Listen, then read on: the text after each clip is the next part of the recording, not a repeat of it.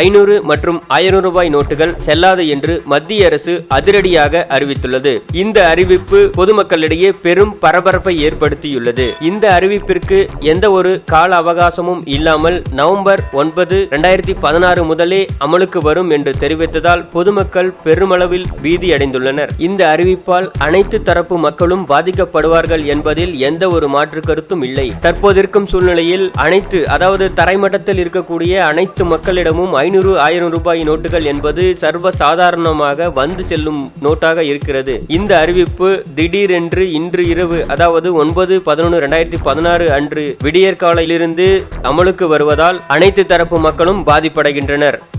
இந்த அறிவிப்பு மட்டுமில்லாமல் 9/11/2016 மற்றும் 10/11/2016 ஆகிய 2 தினங்களில் அனைத்து வங்கி ஏடிஎம்களும் செயல்படாது என்ற அறிவிப்பும் வெளியாகியுள்ளது.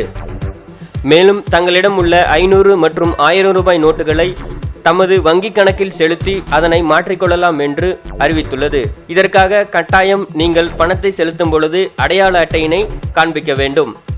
9/11/2016 மற்றும் 10/11/2016 ஆகிய 2 தினங்களில் தானியங்கி பணம் செலுத்தும் இயந்திரமும் செயல்படாது என்பது குறிப்பிடத்தக்கது.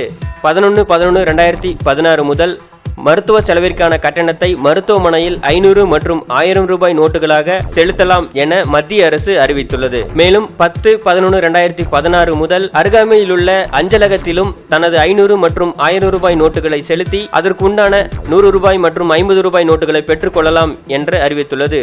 இதற்கு கட்டாயம் தங்களுடைய அடையாள அட்டை வேண்டும் என்பது குறிப்பிடத்தக்கது. இன்று வரை 2000 ரூபாய் நோட்டுகள் வெளியாகும் என்ற தகவலை அறிந்த கருப்பு பண முதலைகள் இந்த அறிவிப்பால் பெரும் அச்சத்தில் உள்ளனர்.